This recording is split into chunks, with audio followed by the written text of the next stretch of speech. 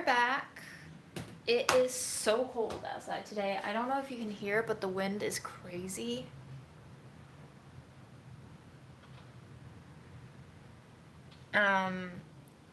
It is now below 0 outside. Below 0 Celsius, not below 0 Fahrenheit. And the water is back, which is good.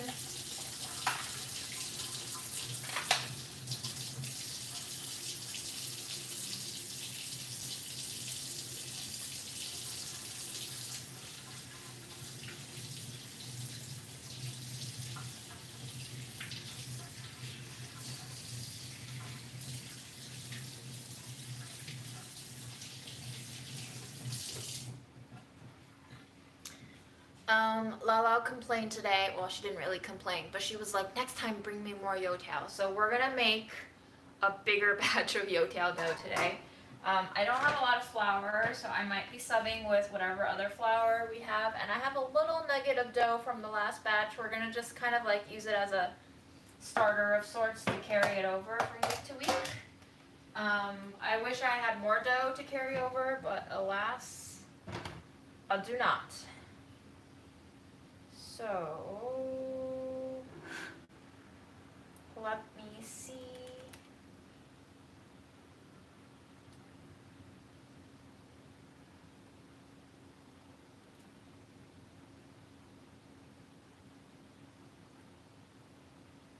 So again, that's the recipe that I'll be working off of. I'm not going to use it exactly as is. I'm just going to tweak it a little bit. I've been putting a lot more water into my recent tests. I don't think it's essential, but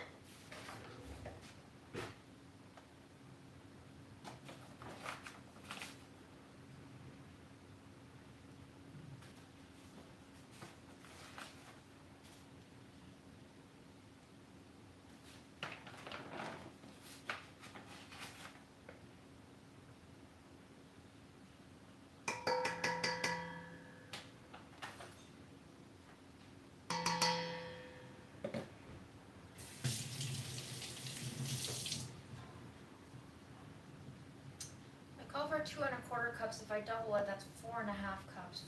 4½ cups. I have some of this like buckwheat pancake mix. I'm just gonna add that in. See how that changes the dough. We're at 480. Let me do some math. 130, 260, 520. Okay.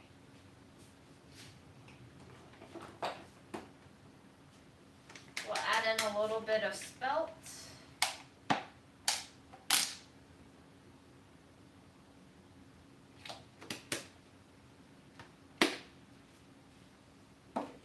That's good.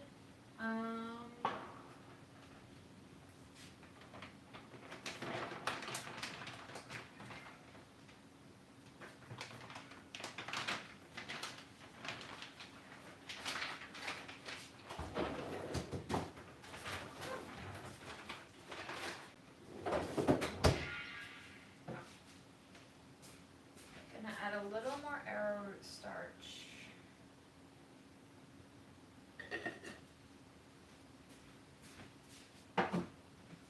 And baking powder, baking soda, salt, sugar.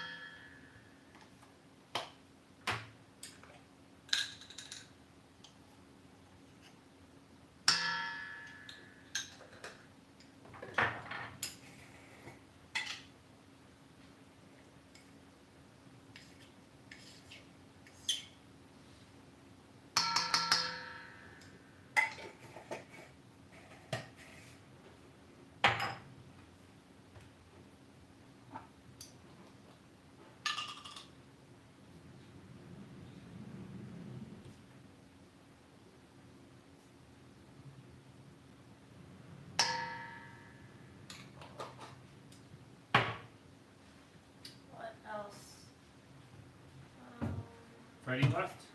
Yes. He was not interested in the follies of men. I was going to add Mom's 5 spice in here just for a little extra. But maybe I should skip it because I don't think Grandma likes the extraness of my doughs. So, okay. Here's what we got. She likes the simple dough. She likes the simple dough. But I already put a little bit of extra other flours in here because we kind of ran out of bread flour. So we'll see. So technically, if I double this recipe, I should only be using 1.5 cups of water. But I'll probably do, well, we'll see. I'll put it in 1.5 cups first. Last time's dough was a little too wet, I would say.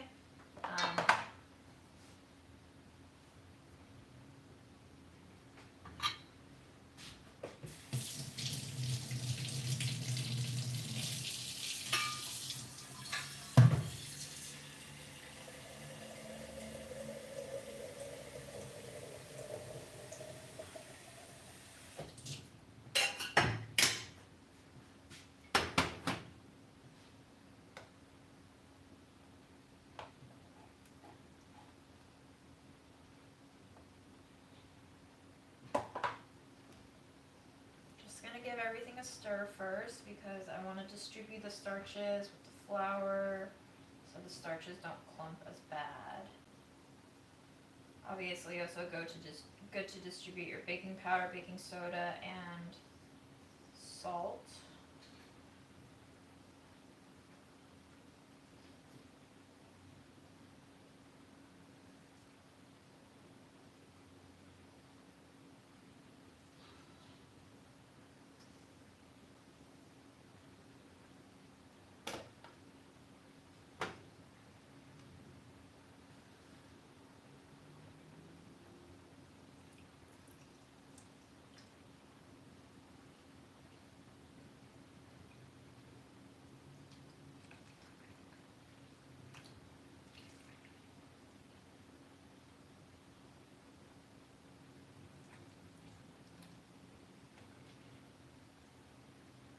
That's 1.5 cups of water.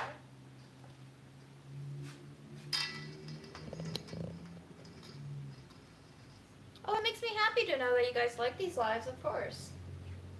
No, I feel miserable that I'm making your day better. Gosh, all I want to do is to bring dread and pain and suffering to your lives through my streams.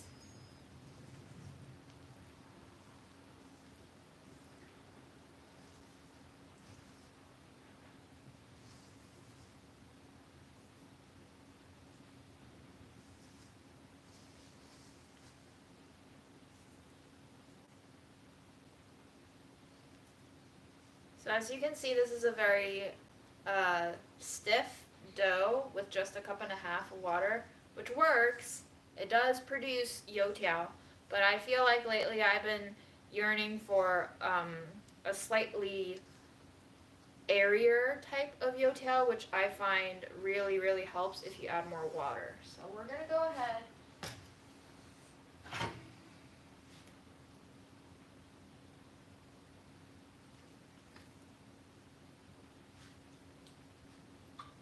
Quarter cup more water.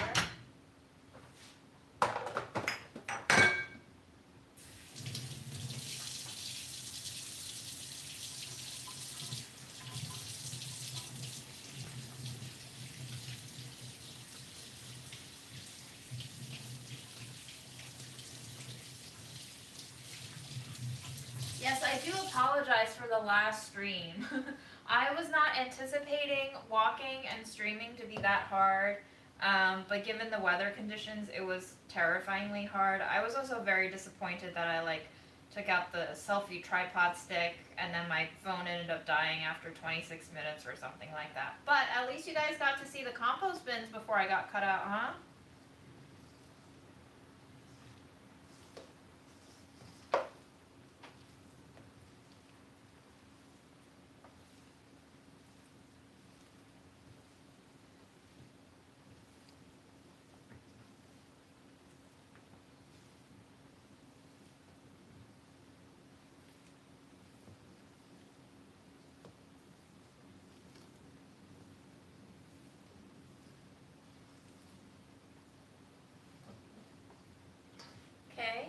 it's a slightly looser dough after an additional quarter cup. Remember, this is a double batch of dough that I'm making too, so.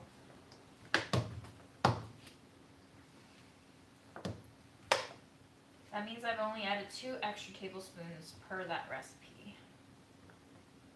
Kind of want a little more.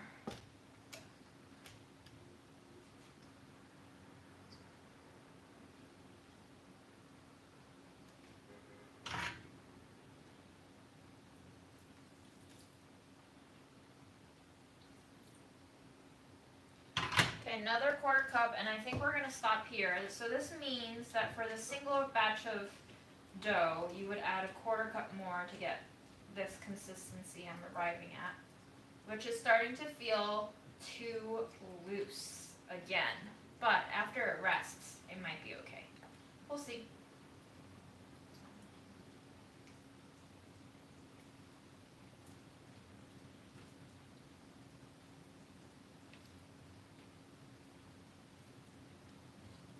There's obviously always the option of adding more flour in to balance everything out, so I'm not too worried.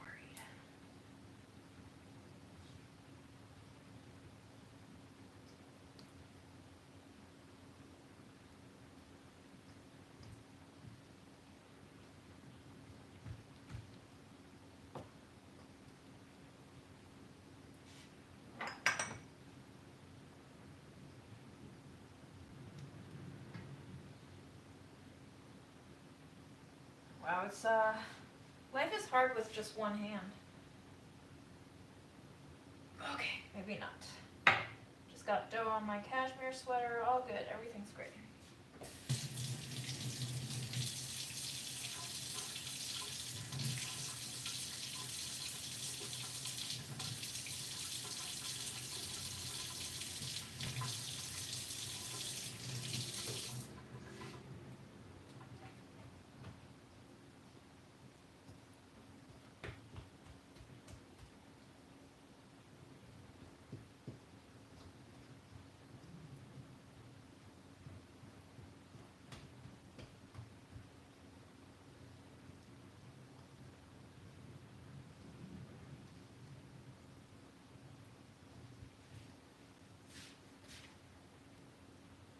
Very sloshy. I do feel like this is kind of like what I hit last week. So I'm going to add a little more spelt in because I'm worried this is just too wet.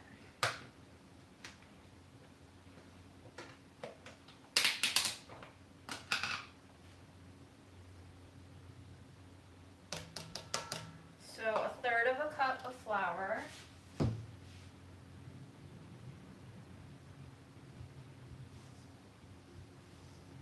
That is true, I do have a chair behind me, and I can definitely use my thighs as a clamp. Maybe we'll try that next.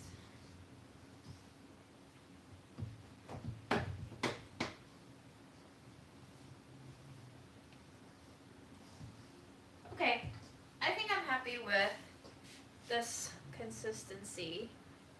It's definitely a little bit thicker than my last batch.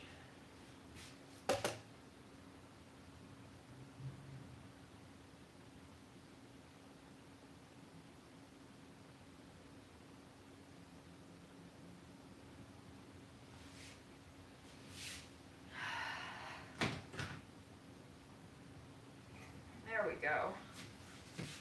Amazing suggestion.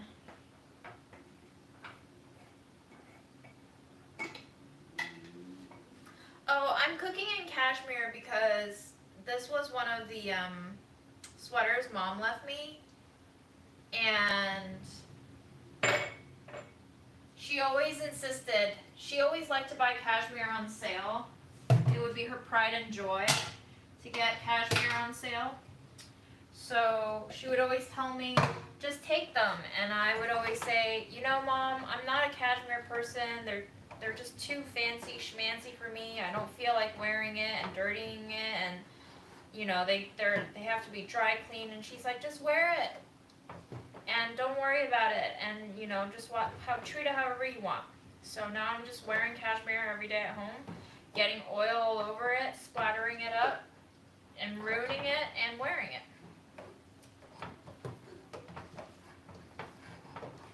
Because what else am I going to do with the cashmere? I gave a shit ton of cashmere away. Mom had just bought so much of it to give away as gifts to friends and family.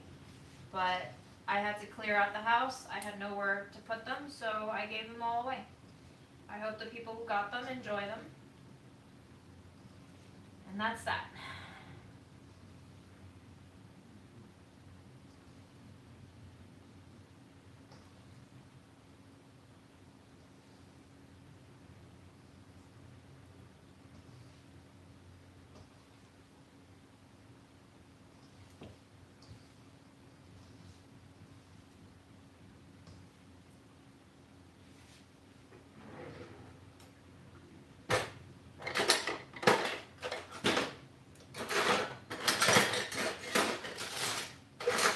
Aaron, have you seen my plastic bench scraper? Did you use it for your focaccia by any chance? Probably in the drying rack.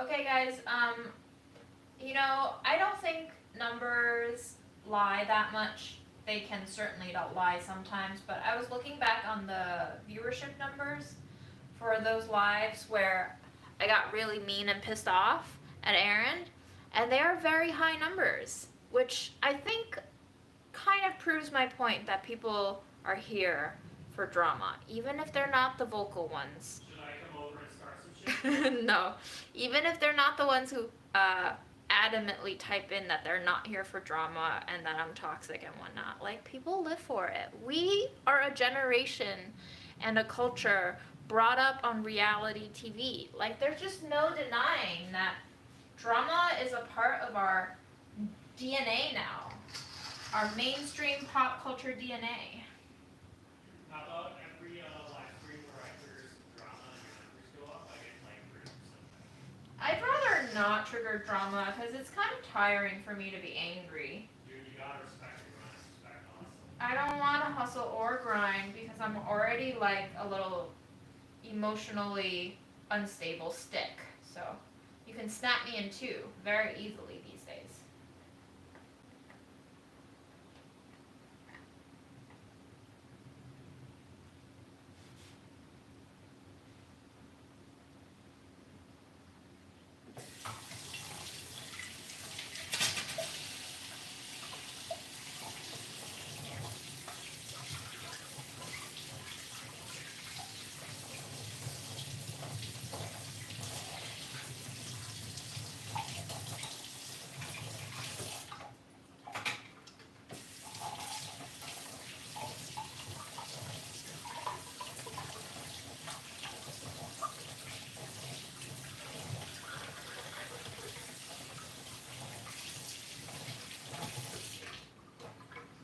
Alright, here's our dough. We're just gonna let it sit.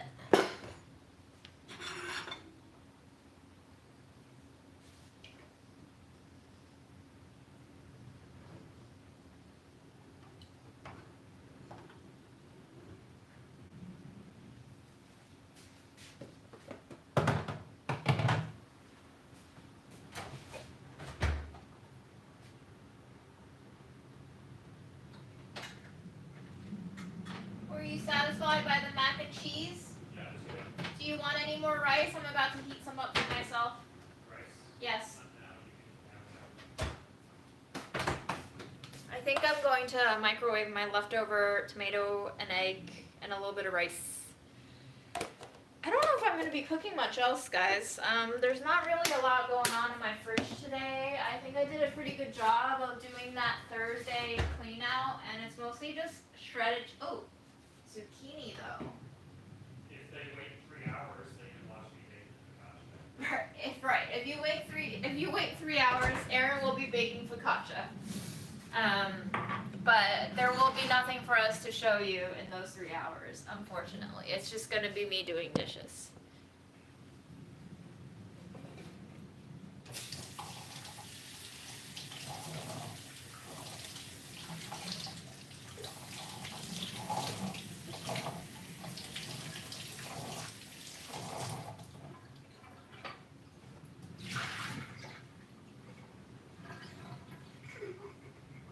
Hi, Vietnam.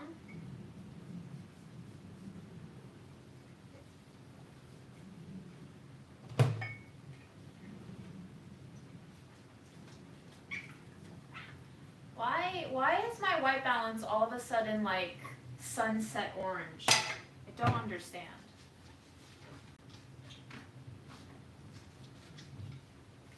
Freezing produce. I don't recommend that you freeze it uncooked. I recommend that you cook it first and then you freeze it. Freezing raw produce, with the exception of stuff like corn, maybe, just ruins their structure, their cell structure, and then once you defrost it, it's a mess. And it doesn't taste very good either, so I don't recommend. Hello, Copenhagen.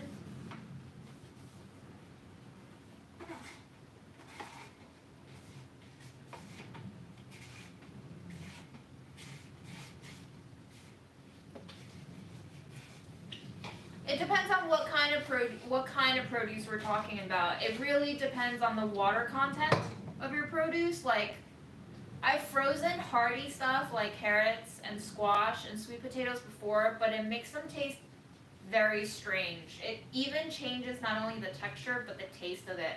So I would say prepare them how you like them prepared. I wouldn't necessarily boil vegetables because then you leak out a lot of the flavor into the water, which you're not going to keep.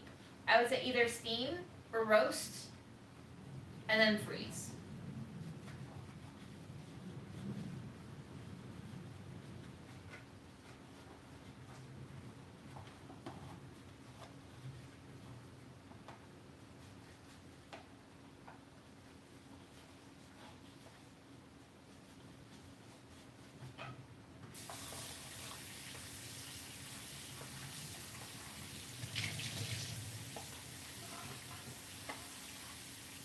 For things that you don't mind getting watery and broken down, like tomatoes, yeah, I would say go ahead and freeze them, but for things that are supposed to be starchy and creamy, don't freeze.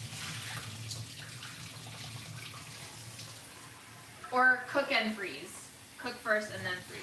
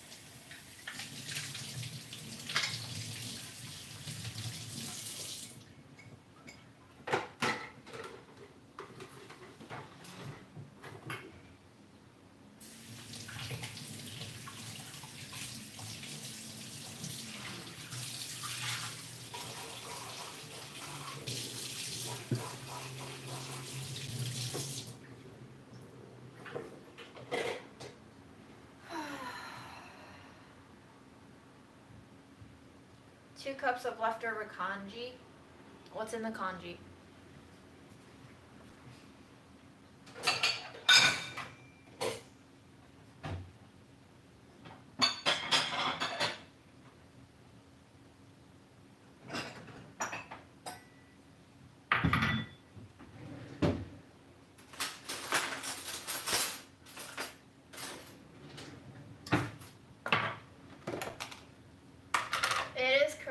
glass noodle, yes. I'm going over to a friend's tomorrow to have some hot pot. So I'm gonna bring some ingredients.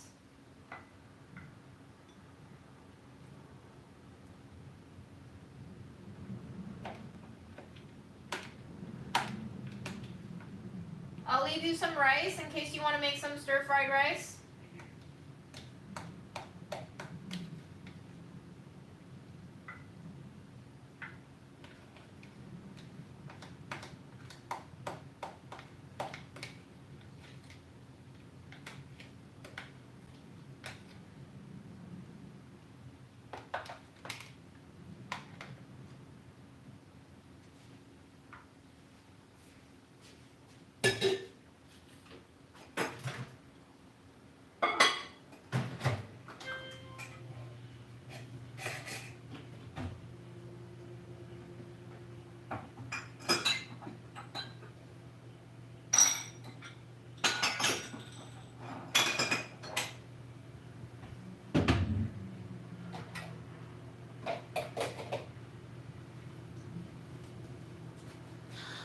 Are you hungry, Freddy?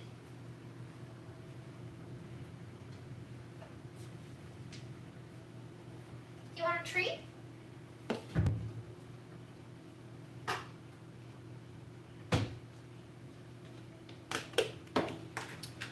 Good God, what is hot pot? Girlfriend, you need to Google that.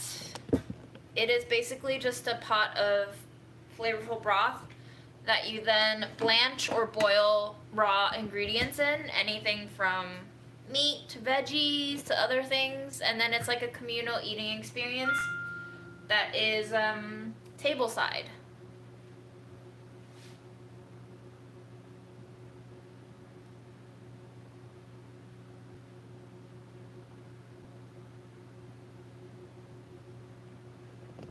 Haidilao is a hot pot chain, yeah.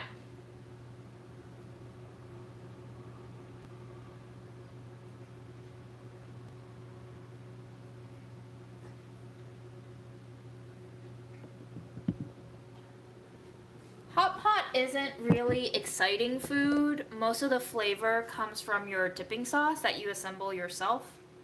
It's very customizable. It's mostly about the company, you know, like it's kind of like fondue in a way, except you just have broth instead of cheese.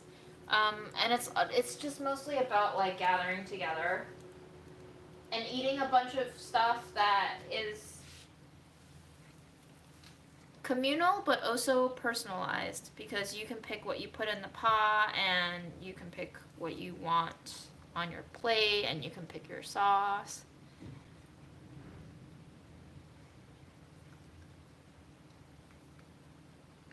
It's not modern fondue. It's similar to fondue because fondue is a pot of warm shit that you dip other shit into and then you eat the shit dipped in shit. So it can be healthy, it can also not be healthy.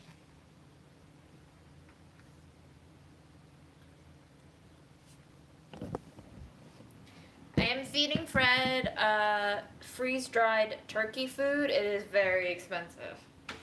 It's by a company called Stella and Chewy's.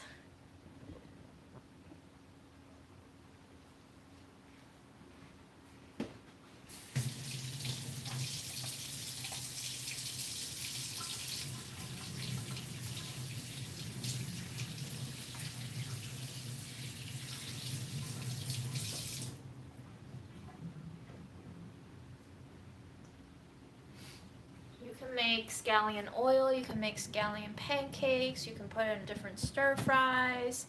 I don't know, man. How do you use onions? How do you use shallots? How do you use leeks and ramps? They're all very similar. Use it however you want.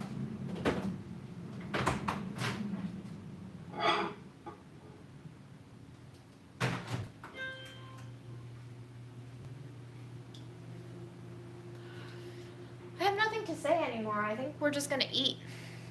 We're gonna sit and eat. Everyone's freaking out about these noodles. Yes, I've had them in my pantry. I'm gonna bring them to Hot Pot. We're gonna drop some noodles into the Hot Pot.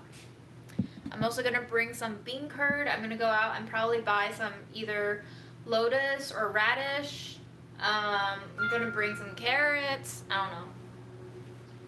Other people are also bringing stuff, so I don't want to go too overboard with bringing everything. Listen.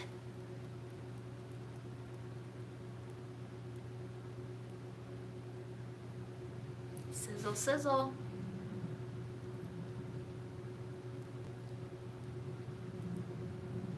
Did you know that red and yellow make you hungry? Apparently that's why McDonald's chose red and yellow for their icon. I don't know if it's true. I don't know if red and yellow together do make you hungry, but ketchup and mustard, also a red and yellow combo. Can you eat the tops of leeks? Yes, of course you can. Who says you can't? Why do all those recipes tell you to discard the top of leeks? It pisses me off. We had a little bit of flurrying this morning. It says reassurance on the pack.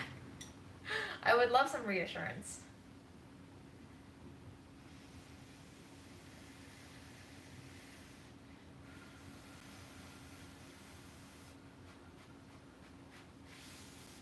Hot pot sauce ideas. That's also another thing I'm gonna go out and buy.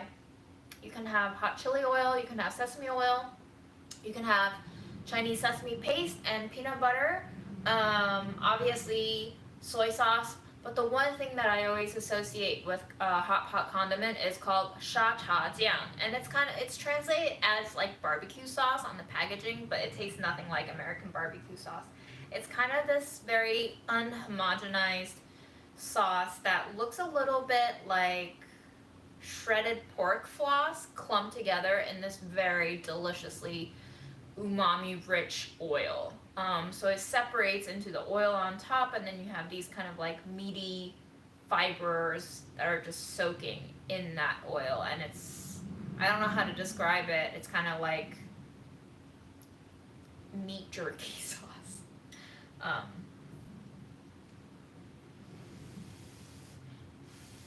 You also need cilantro, and if you can't do cilantro, I guess scallions, but cilantro is a big one for me.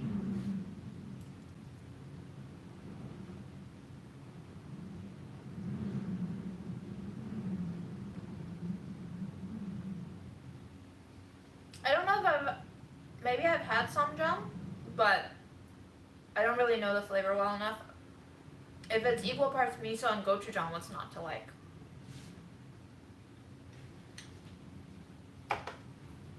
Fermented bean curd could be good. I've never had it in hot pot sauce. I feel like that might be a little overwhelming in flavor for me. But who knows? Never tried it. Can't knock it till I try it.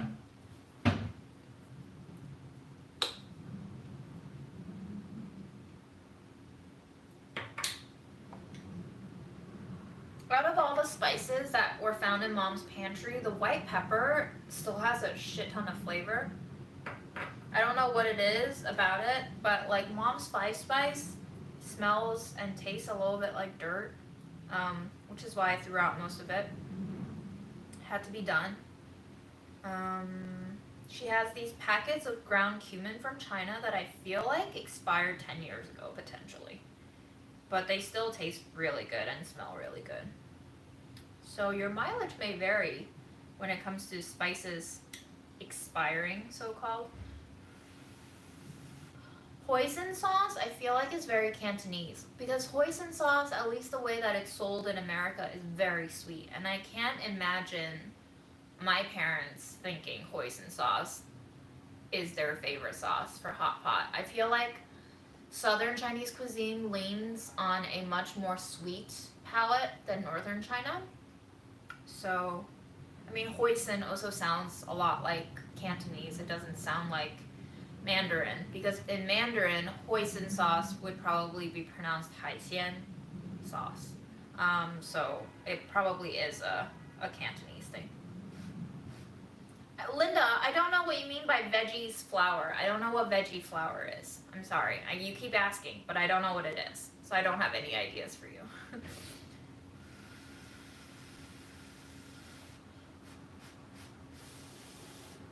I already made Granny some donuts.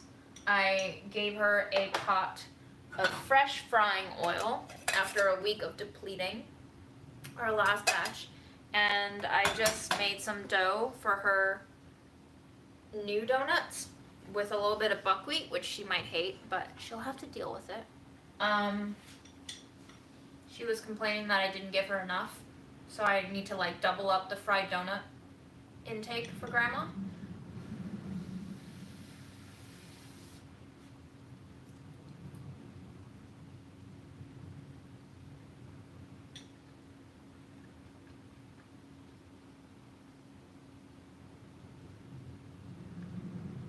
Effie, Keith was saying in the chat that samjang, which is, I'm assuming, some Korean condiment, is half miso and half gochujang. I guess you just mix it together.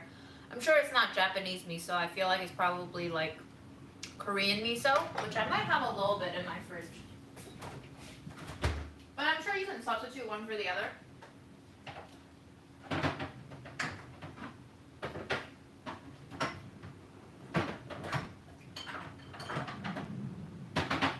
Oh my gosh.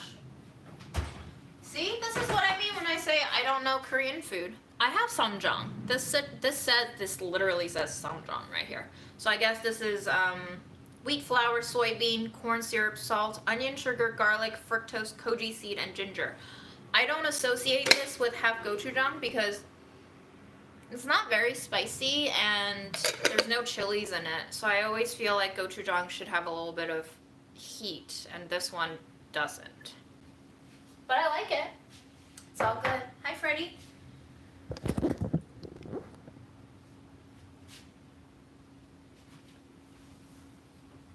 Do you want to chew on some grass?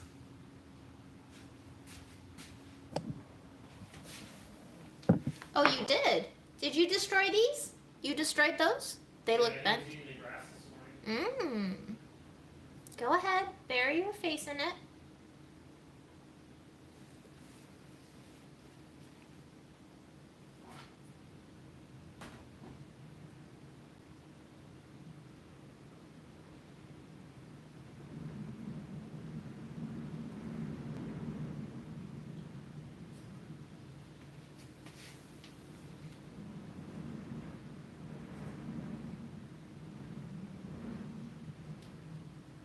Tomatoes are poisonous for you. I'm sorry.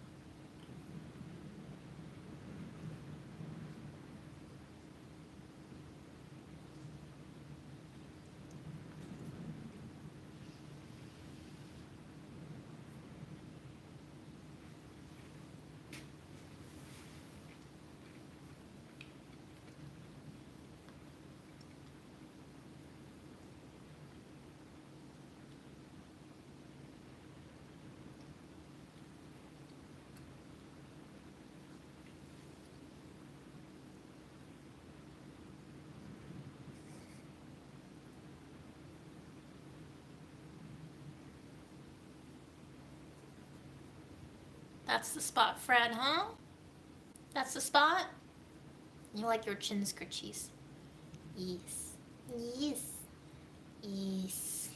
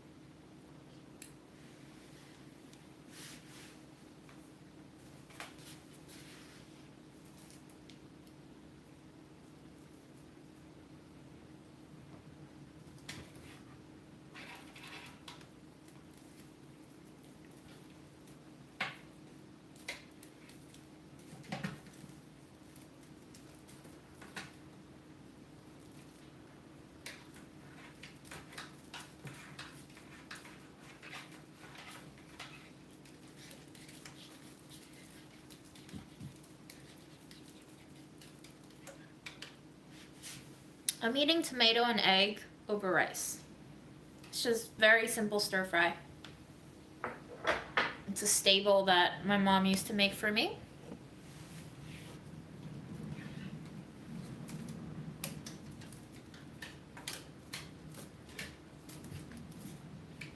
Ow, that was my arm.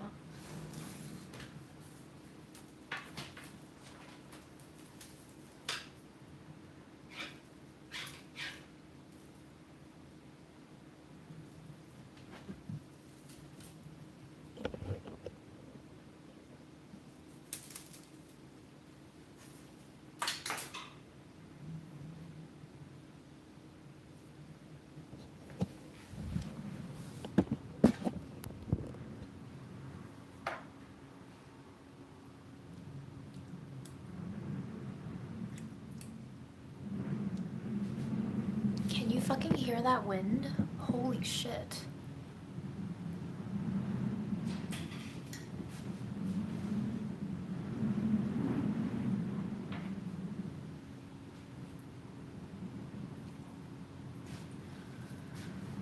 I love spicy peanut sauces. What do you put inside yours?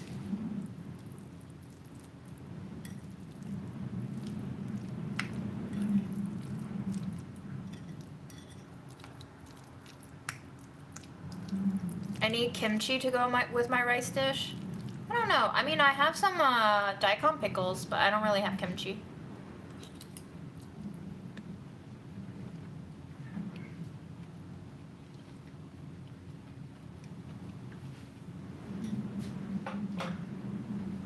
I love little bowls because I can eat 5 of them.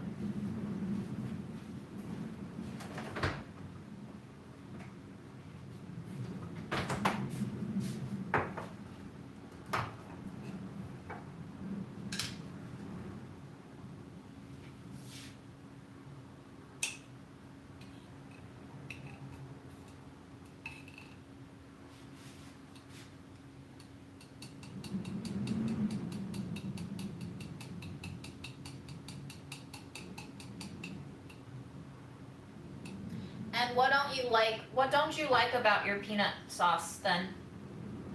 So you put in PB, smooth, garlic, pepper paste? What is garlic pepper paste?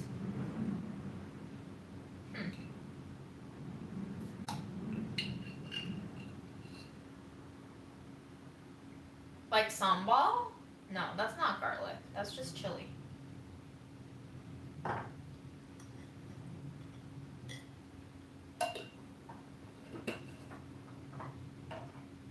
It'd be easier if you tell me what you don't like about your version, and then we can like troubleshoot it. But here you are. Here are my pickles, my daikon yellow pickles. So now we have like yellow and red that turn into orange, and just like nuclear yellow. Very colorful. I don't know how this is gonna taste. We're bastardizing. Hi, Brooklyn.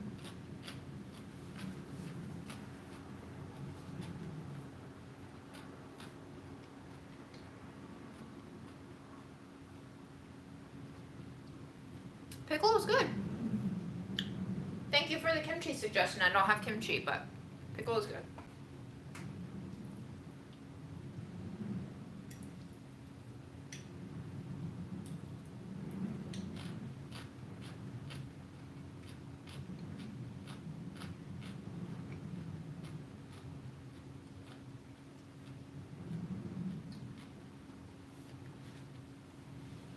Very good suggestions rolling in. You definitely need some sort of water. I usually use water and a little bit of lime juice. Lime juice adds a certain acidity to cut through the thickness and the fattiness of the peanut butter, and it also pairs really well with the spiciness of your whatever your chili paste is. It brightens the pepperiness of it up, and it makes it less just like dull, jabby spice and more bright, vibrant, playing with your mouth kind of spice.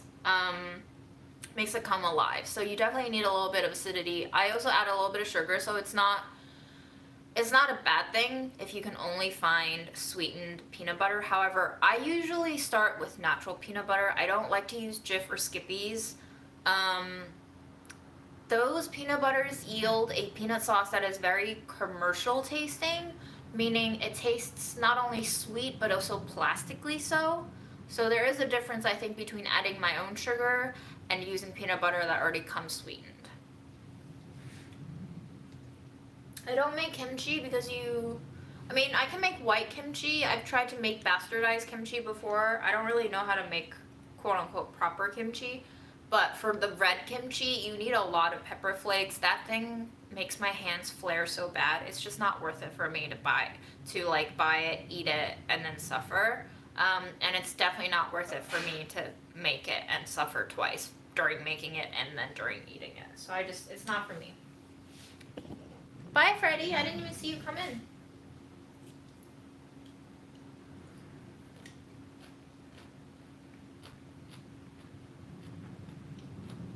Del, I have never seen black vinegar with carrot and onion juice in it.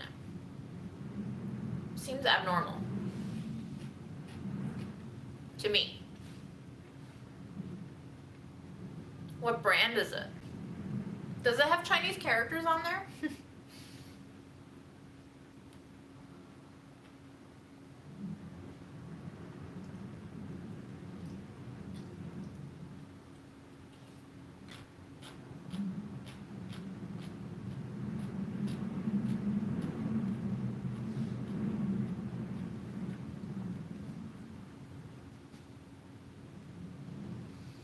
It is also possible that you just need to add some salt.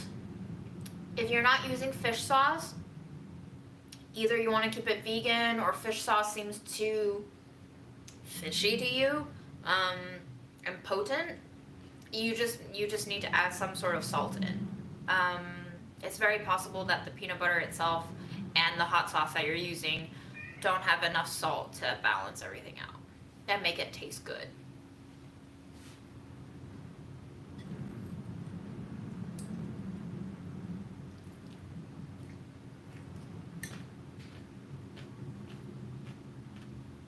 I've never heard of Hongyan.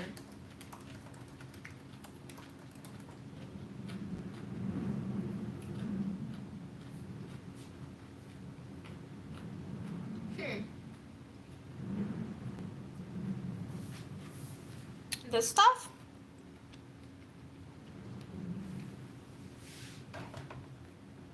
Yeah, I've not used that brand. I'll show you which brand I use.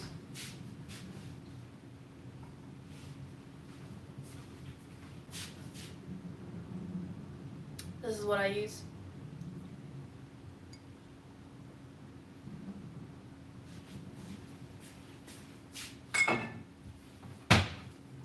Funnily enough, because of a combination of different factors, Mom not trusting mainland China products, that's mostly it. She kept balsamic vinegar on hand, and she used balsamic vinegar instead of Chinese black vinegar. Balsamic vinegar is a lot fruitier, a lot sweeter than Chinese black vinegar, which can be kind of just straight tart to the point of like murky bitterness. So it's totally up to you.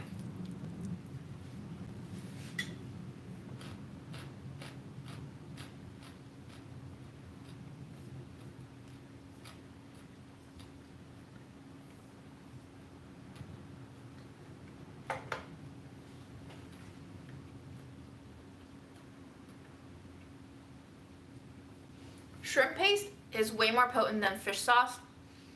I used shrimp paste in one of my recent delish videos. It might have been a Budget Eats, but basically I stir fried it, and then Aaron came home and he was like, I smelled it all the way from the hallway, and then Honestly, awful. It gave me a headache for like the entire day after. he said it gave him a headache for the entire day, and like we could smell it the morning after. So I would say shrimp paste is not for the faint-hearted. I used it in the block form. It's pretty potent. It made the food taste delicious, but the smell lingers, kind of like how kimchi smells like rotting garbage. Kind of like how my daikon pickles smell like farts. It's just like a lot of these foods have a lot of very off scents that if you're not used to, might not be worth it for you. But they do make the food taste very good.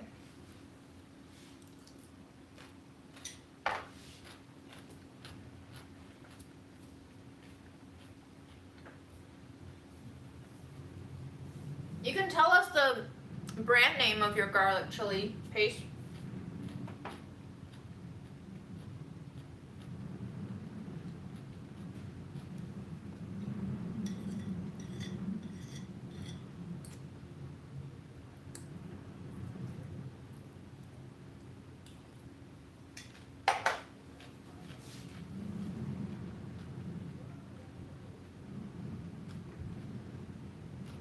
David Ryan, are you only here because the YouTube gods told you to be here?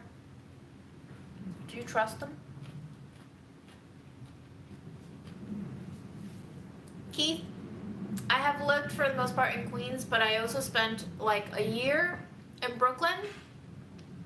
I lived in the intersection of like Gravesend and Bensonhurst, along Kings Highway between the F train and the N train, and it was very convenient and I loved it. It was very affordable, it was very quiet, very much like Queens, which is why I think I liked it.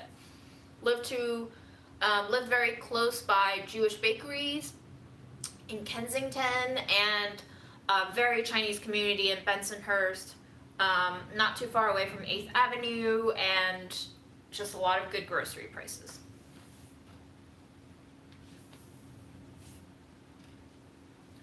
No, I'm just eating tomato and eggs and rice with a very yellow daikon radish pickle.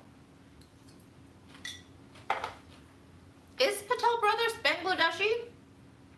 I always called it the Indian Superstore, but is it Bangladeshi? Because I've mistaken so many places for Indian when they're actually Bangladeshi, so it's possible. I don't know. Somebody tell me.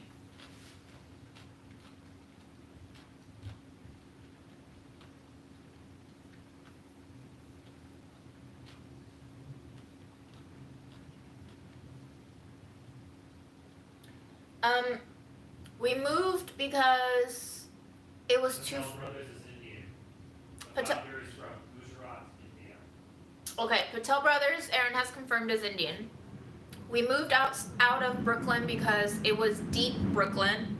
So both of us were working in upper Midtown Manhattan, and the commute was just very long. It would take an hour by subway to go there every morning. And I worked morning shifts at restaurants. Sometimes I had to be there by like 7:30.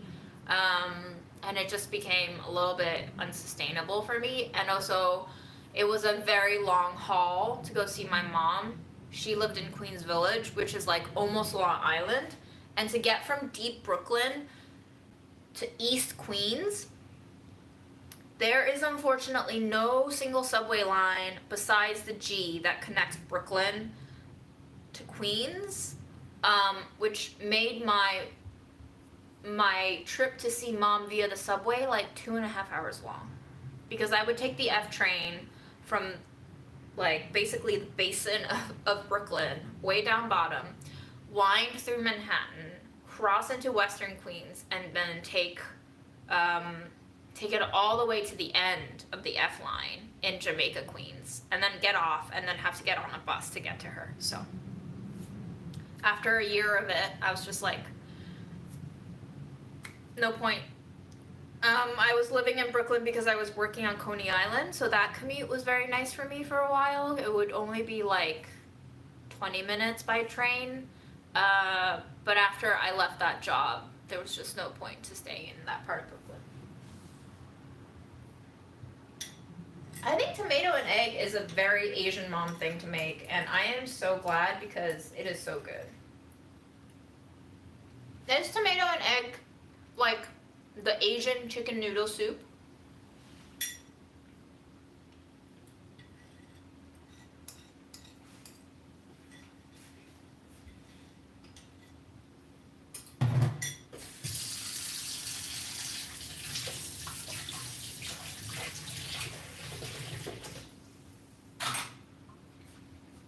Unfortunately, I'm not really cooking much today. So for our new friends who are actually interested in cooking content, you'll have to check back. I'm very tired today. I've been dealing with a lot of very dull feelings. I wouldn't even call it depression anymore because it just feels so naturalized into the natural rhythms that I wake up into. It's just like, today is gray and beige in aura. I feel like it's going to be like this for the entire day, and I am starting to be okay with it. It doesn't feel great, but it also doesn't feel miserable. I would like it to not be long term, but if it were long term, I don't think it would be excruciating. But it's kind of just like in that space in your mind where you feel like emotionally, okay, how do I describe this? Do you ever move your arm in a way that it feels like you either twisted your elbow or your shoulder joint a little bit and it hasn't cracked yet, and you know that if you just like move it one way or stretch it another, it could finally just crack and it would be a satisfying crack, like a knuckle crackling, but you can't get there? Like, that's what I've been feeling like emotionally. I feel like I need to get over this. It's like a joint purgatory of sorts. It just feels like this finger is not in the right place, and it feels like if I push it a little bit and crack it, I could release a lot of this very boring tension. The only thing that is worse than boring tension is excruciating tension. So I guess I'm blessed to not be in excruciating tension.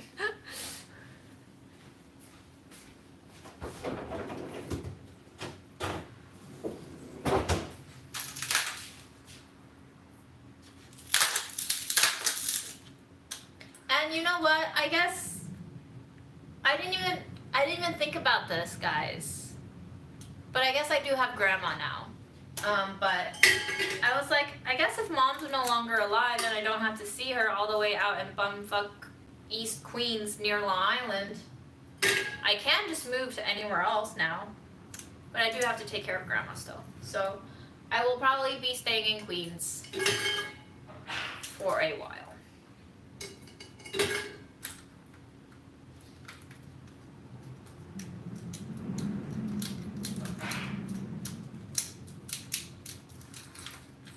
I have talked about various parts of my life over the past year in these lives. Unfortunately, these lives don't really have an objective or a goal for the most part, so I don't remember what I said in which live to direct you to a certain live.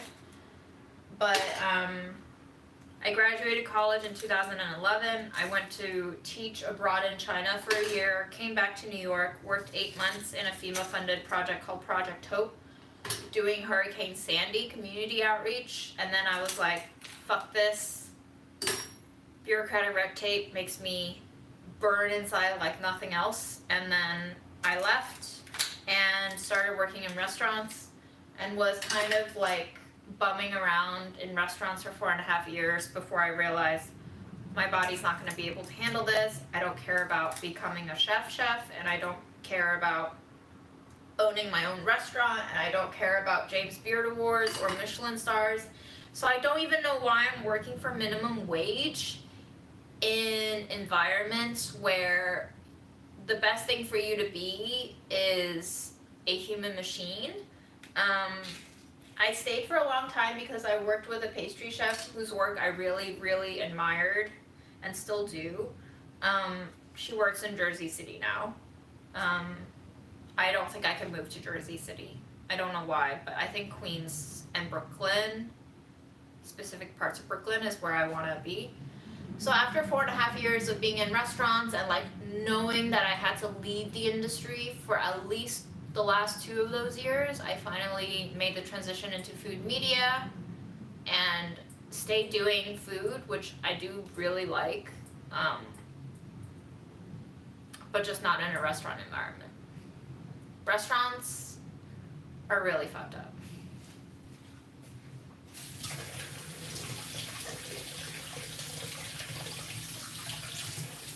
I'm not saying nowhere else is fucked up. There's a lot of stuff in society we still need to like make better, but restaurants are really sucky.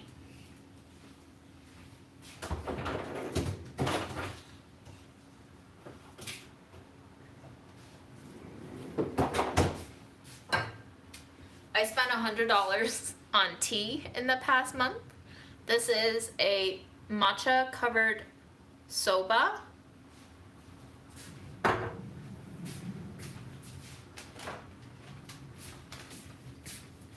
It's from Harney and Sons, and yes, I bought a whole pound of it. So I'll be drinking it forever. Roasted buckwheat matcha. What I love about these grain-based teas is I can eat it, so I can like have a snack.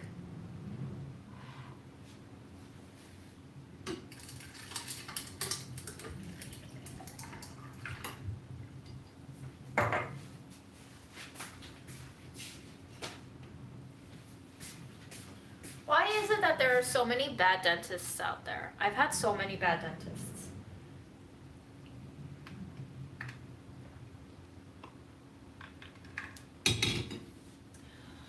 You need to switch dentists. You don't want somebody you don't like fucking with your teeth. I know it feels like the worst luck ever to have to switch doctors, dentists, but better do it now before they fuck up any more of your body than to stick with them. He'll just make it worse. Like, especially if you already feel bad about him now, mentally you'll just continue to feel like he's doing shit jobs on your teeth. And even if he doesn't do as shit of a job on your teeth as you think he's doing, you thinking that he is doing a shit job on your teeth will make you feel like he's doing a shit job on your teeth, will make you feel even worse about your teeth and about him with time.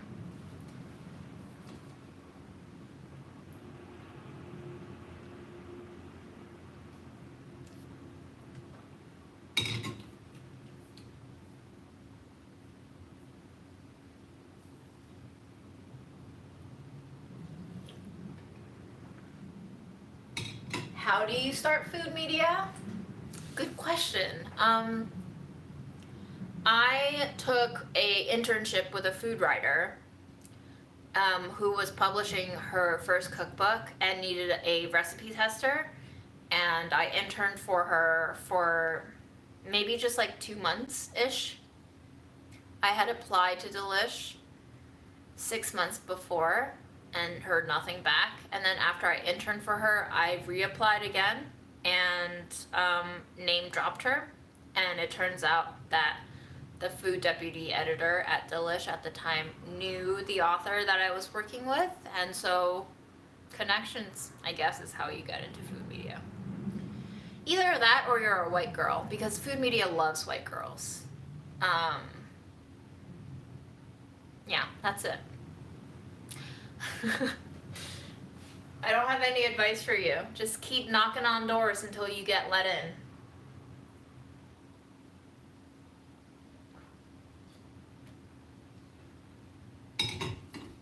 Hi, California.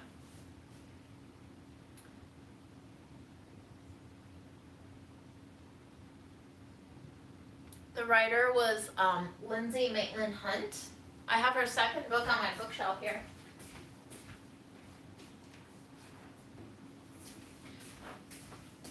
She just moved to Berlin. It's called Help Yourself. It's for gut health, and she wrote me a card. It's really nice. And it's a really, really cute book.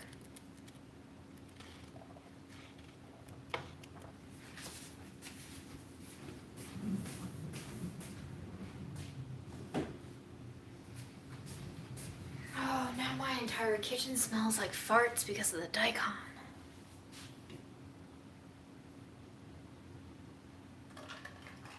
I don't mind people answering chat questions as long as they're accurate. Don't be spreading fake news about me. Or if you do have to spread fake news about me, make them interesting at least, please. I don't usually make my own peanut butter, but I can, sure, why not? It's easy enough. Let's give this dough a turn.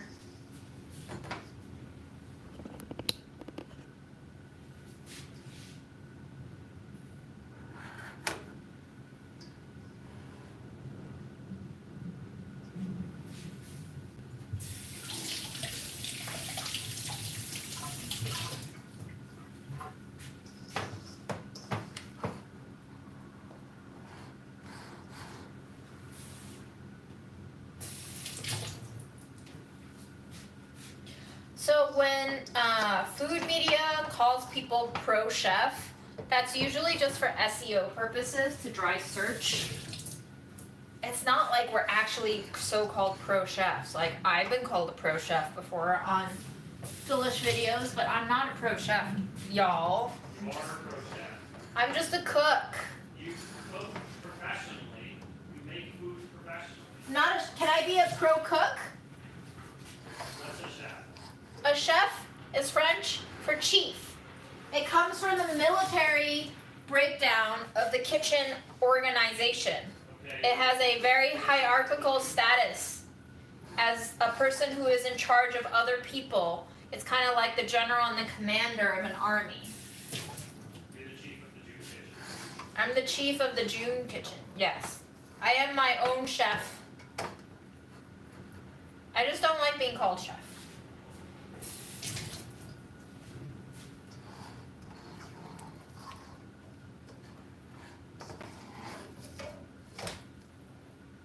What is a Mr. Peanut PB maker? That sounds delightful. I wish I had that as a kid too. A lot shapelier already, I think. Let me taste this dough while I have it on my fingies.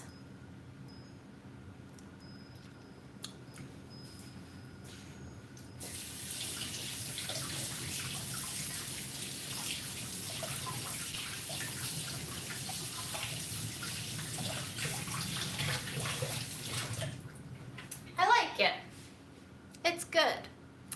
I call Aaron chef because when I worked at Roberta's, they called everyone chef, and I really like that because they took away the kind of barking order kind of vibe away from the kitchen structure. A lot of places, they'll have the head chef who, you know, like is usually a co-owner or full owner of the restaurant, and he's in charge of the menu and the vibe and whatever. He's like the mastermind, right? Then you have sous chefs, or some place call them chef de cuisine, CDCs, or chef de partie. There's like a lot of French terms, and it's just the hierarchy gets to you, and you're just like, okay, who's actually in charge of me? Who do I have to listen to? Like, most of the time you are in restaurants, you're just like a bottom bitch. You take orders, and if you're wrong, you're wrong. You don't talk back. If you make a mistake, you just fix your fucking mistake and you move on. Like, the worst thing for you to do as a cook in a restaurant is to talk back. And to make excuses for your mistakes. If you make a mistake, fix it. That's it. So when I went to work shifts at Roberta, they called everyone chef, and I was like, I'm not a chef, and they're like, we call everyone chefs here, and I was like, that's cool, I like that. So I just started calling everyone chef. I call everyone that I work with a chef sometimes. It's just like a nickname. So it's just a word. You use words.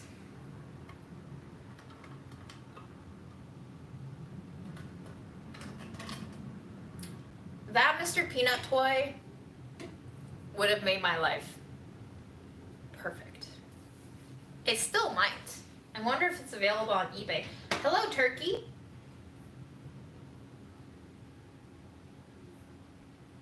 Soda bread sounds really good. I still have some of this buckwheat pancake mix that the really bougie company sent me. Maybe I can make some soda bread with this. Something to think about. Not today though. I don't feel like baking today.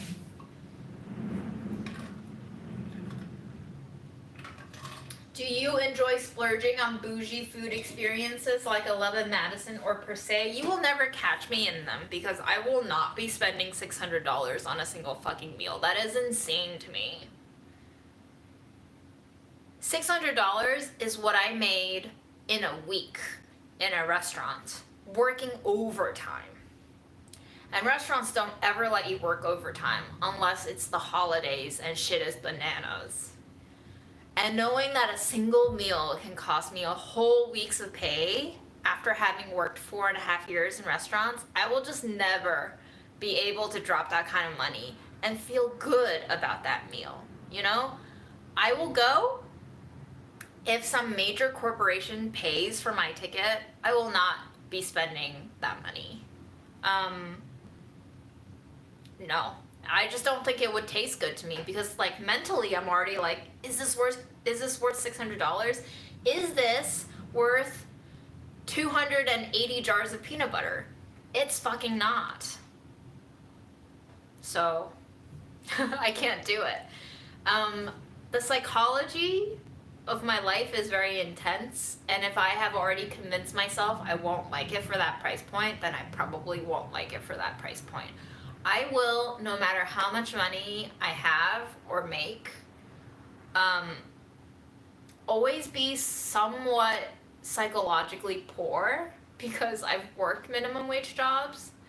And so having had that experience and having grown up with parents who had to live through the Cultural Revolution and like periods of actual starving, I just can't. It won't feel good, so then it's not worth it. Even if I can afford it, there's other experiences in life I can go for.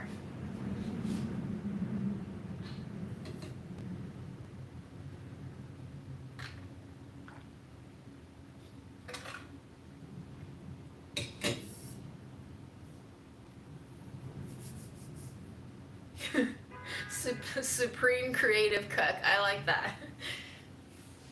Because that name doesn't insinuate that I'm actually good at making delicious food. It just means that I'm experimental, which is what I am.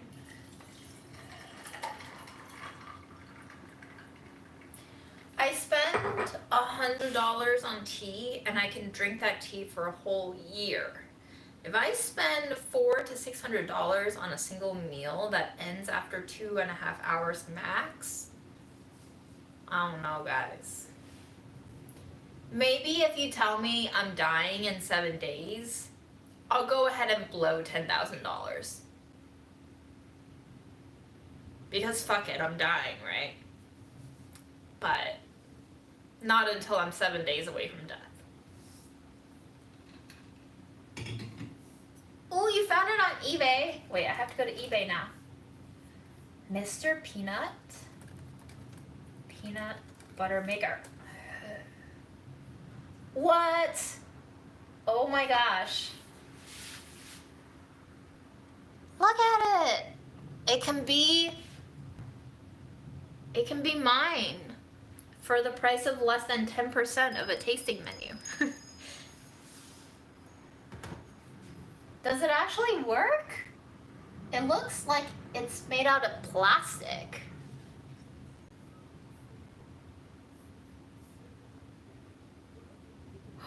Wow, they have brand new ones in the box. Brand new, guys.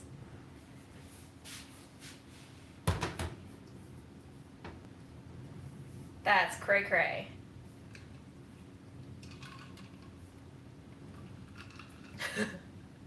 Where does it come out indeed?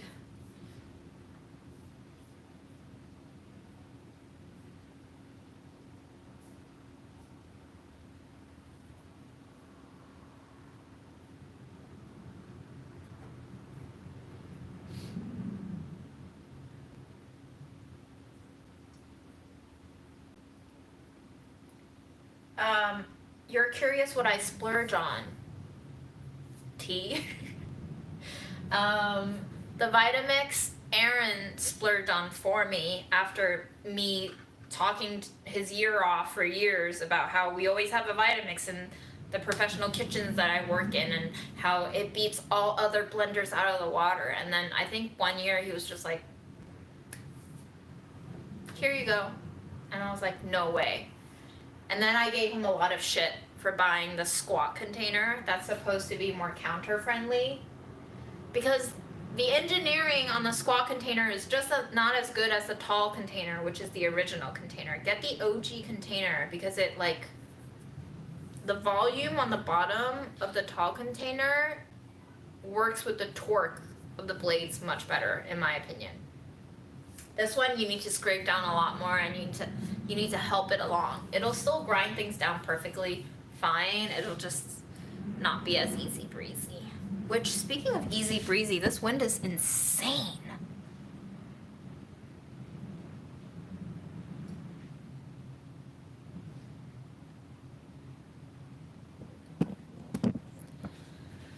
Yes, you can definitely make peanut butter in the shittiest of blenders. The smaller, the better. I make peanut butter in my spice grinder. Peanut butter being made in the Vitamix doesn't make sense unless you have like 3 pounds of peanuts in there, especially for the squat container, because it just won't turn it. It'll all just sink underneath the level of the blade.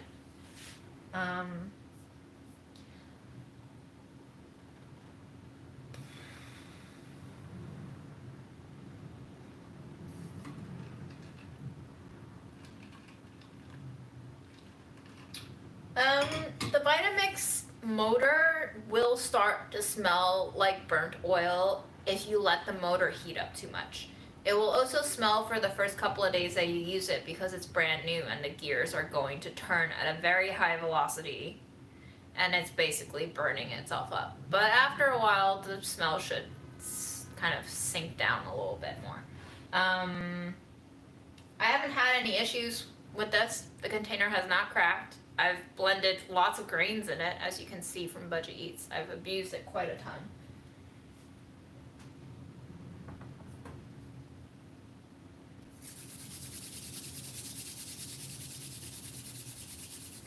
Hoisin sauce was invented by Lee Kum-kee? Interesting. I will say, I bought a hoisin sauce that was not Lee Kum-kee, and it sucks. So the only hoisin sauce I've had a good experience with so far, not that I've had that many different kinds of brands, is Lee Kum-kee. So that would be my go-to hoisin brand. I know somebody asked about brands earlier. I don't really care about brands when it comes to condiments, but Lee Kum-kee. Also, sriracha, my favorite brand is Shark. It's a little bit sweet. It used to have no additives and preservatives, but now it does, which makes me sad. But so it goes. Life is full of shit. What camera do you use for my Instagram? It's usually my phone camera, but if it's a horizontal photo, chances are it came from the DSLR that I use for Delish video making. Vitamix comes with average warranty, I think. This one we bought refurbished, so the warranty is probably out on it. But I never had to reach out to Vitamix warranty, and I feel like it's such a big company with such a good reputation that they might not even care if your warranty runs out. They might still take care of you.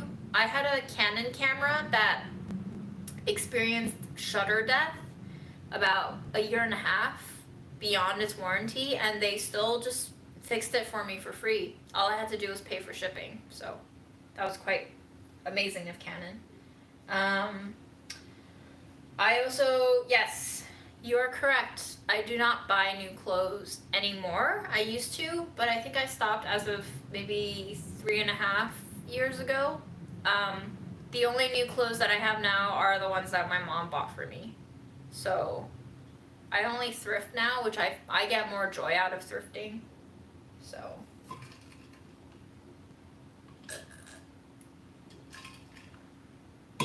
I don't have a P.O. box. Lots of people have asked me for one. They are kind of expensive. I looked into them, so I was like, not sure if worth.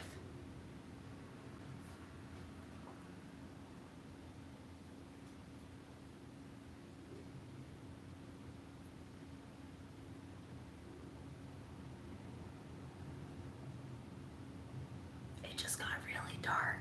It's 3:47, but it just got really dark. Do you have any advice for moving to New York? I've basically lived here almost my entire life. Like, I immigrated here when I was 7, but I basically grew up in New York. So I would not have advice about moving to New York because I never had the chance to choose to move to New York, if that makes sense. But if you have any specific questions about New York, I'm happy to answer them.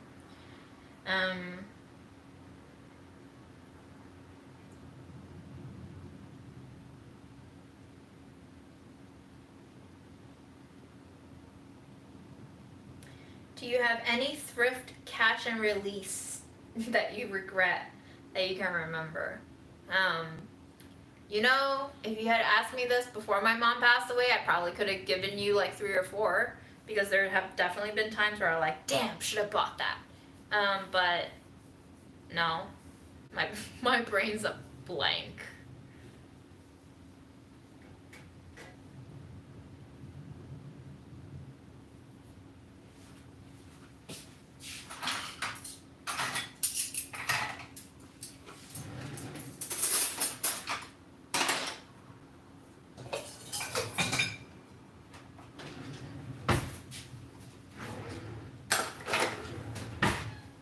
Your focaccia's looking good, but it's kind of cold in here.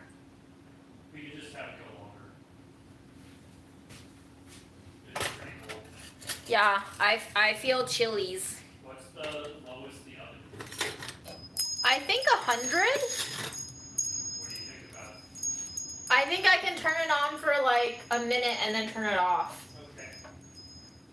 Thank you.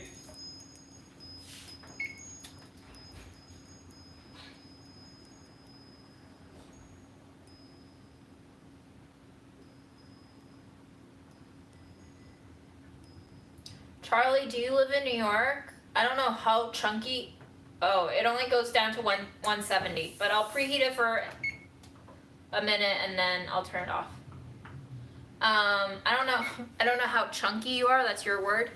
But my favorite thrift store in the entire city is a branch of La Pointe, and it's in Flatbush, Brooklyn, and they have 5 to 7 racks of $1 items, and a lot of them are vintage jeans like Levi's, and I always get very sad because they're always in really large sizes.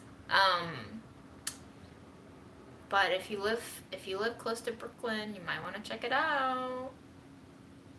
I got a pair of this was pre-pandemic, before I gained my pandemic weight, but I got a pair of Levi's in boys like 16 size that fit me for $1.50. It was quite amazing. I was deliriously happy. Aaron, did you make the Bon Appetit focaccia again? Yeah. He says yes.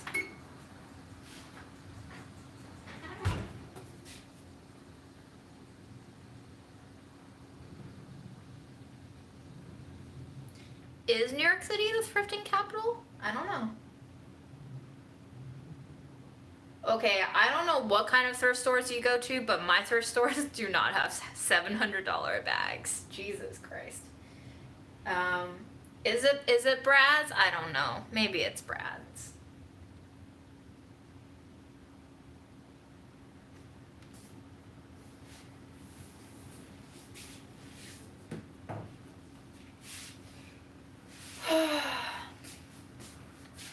Well, y'all, I've officially run out of shit to do with you. A lot of people like Brad, though. He may be annoying.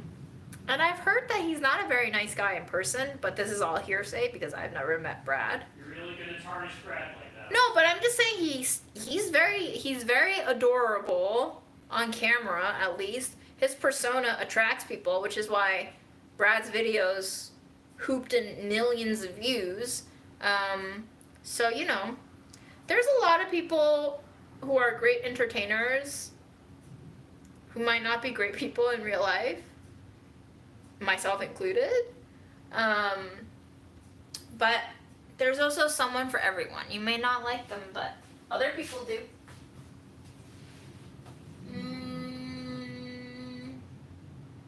Who is Brad?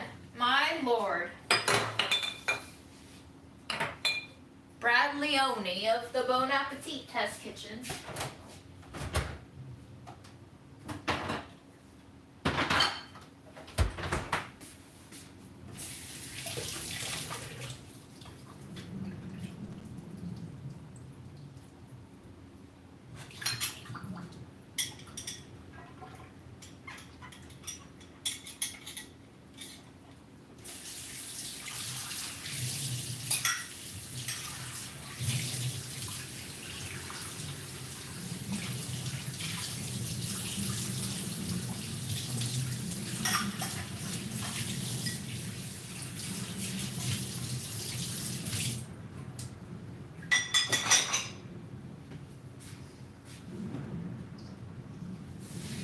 I'll turn this dough one more time, and then I will release you back into the wild.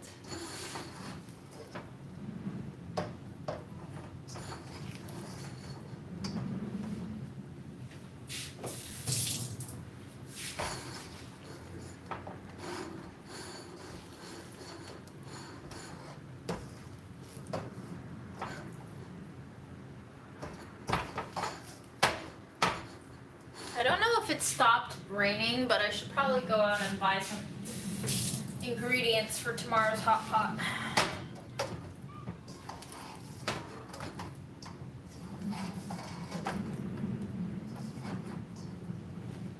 There we have it.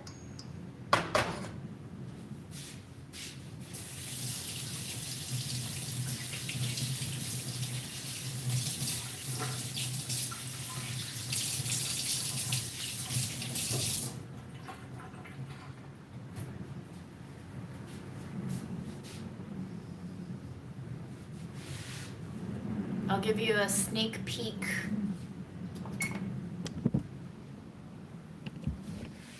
of Aaron's proofing focaccia. There they are, warm babies.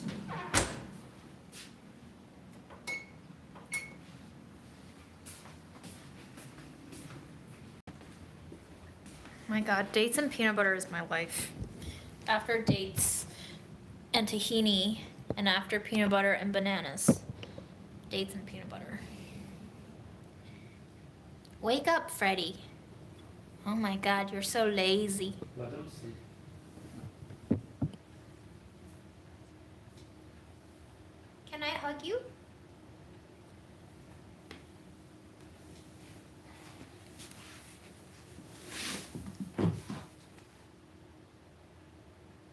Baby boy, looking into my eyes.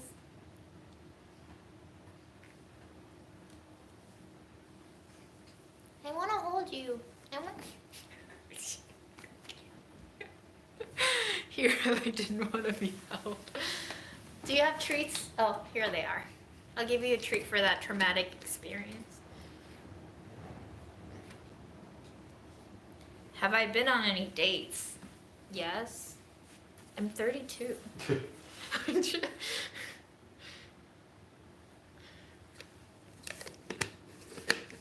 Yes.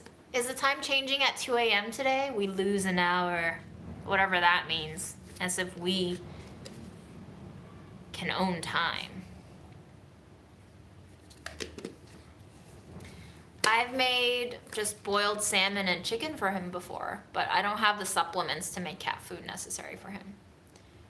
Oh, Aaron and I were in an open relationship for a few years, and I went on dates, but I haven't been on any dates since the pandemic started because, like, how do people really go on Zoom dates? Is that how That's people? the worst thing I've ever heard. I heard some of my friends going on Zoom dates, and I was like, I wouldn't mind that, but also that just seems really weird to go on Zoom dates.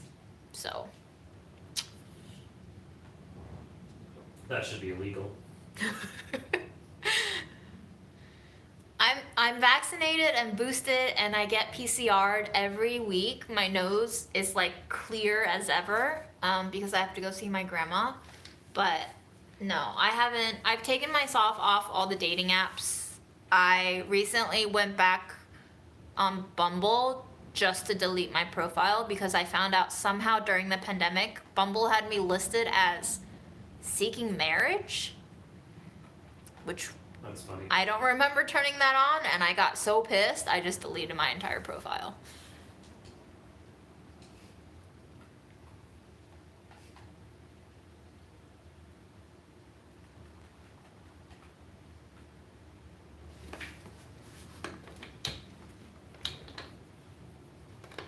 The oven's off, right? Yes, I left the light bulb on because that helps it proof a little bit more. Is it an incandescent? Probably. I really used to like being on Bumble because Bumble had this feature where it lists most of your what is it? It lists your most played artists on Spotify, and I used that feature to find a lot of really good new music. So I don't know if Bumble still has it, but yes, many people have tried to convince me that they can change my asexuality. I remember, I think this guy who's, I mean, I'm not trying to be mean, but I really do think that his IQ was literally not that high. And I tried to explain what asexuality means, and he kept asking me to go over. And I was like, I don't think that's happening, buddy. But a lot of people will refuse to accept my asexuality, which always confused the fuck out of me. You shouldn't accept their regular sexuality either. You should be like, no, you're actually asexual, I can tell. Just insist that they're asexual. Can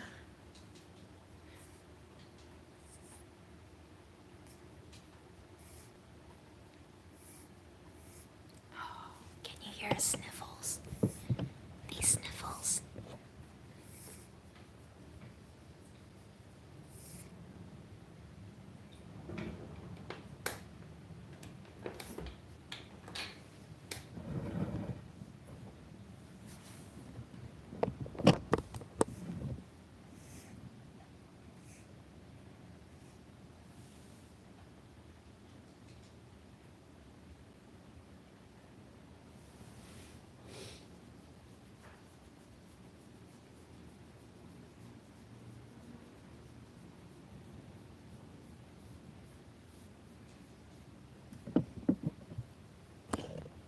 Do you have any wisdom to share for this lovely, cold, gray Saturday, Freddie?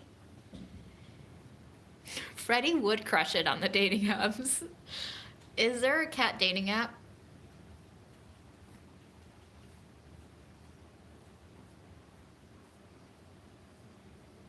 We didn't name Freddie.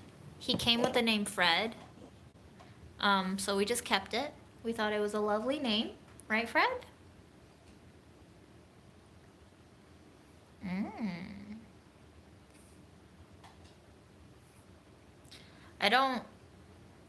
I don't think, one, after the pandemic, I don't think I look too young for my age anymore.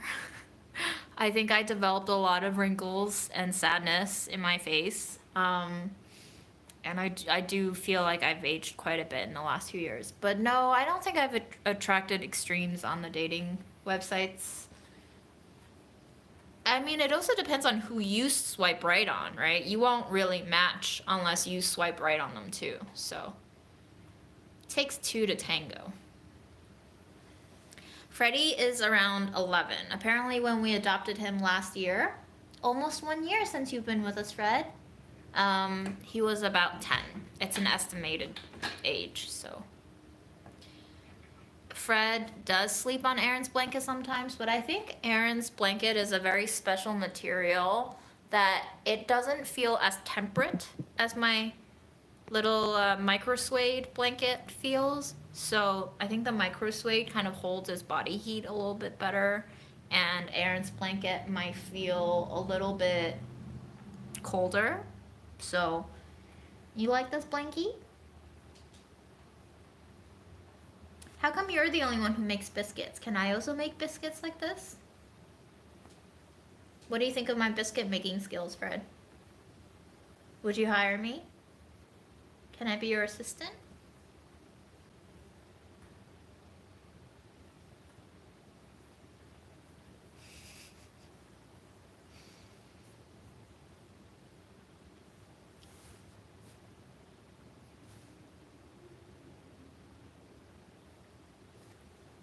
This is a technique, Fred?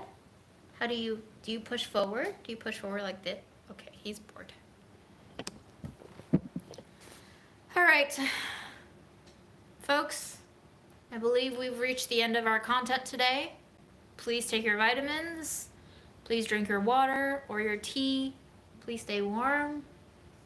Give all of your pets a hug. Tell your mom you love them. And, What if you don't love your mom? that's true. What if your mom Then was don't a terrible mother and Then don't tell her that you love her, obviously, because she's a shit person. And those moms do exist, unfortunately. But other than that, see you next time. Bye, Freddie?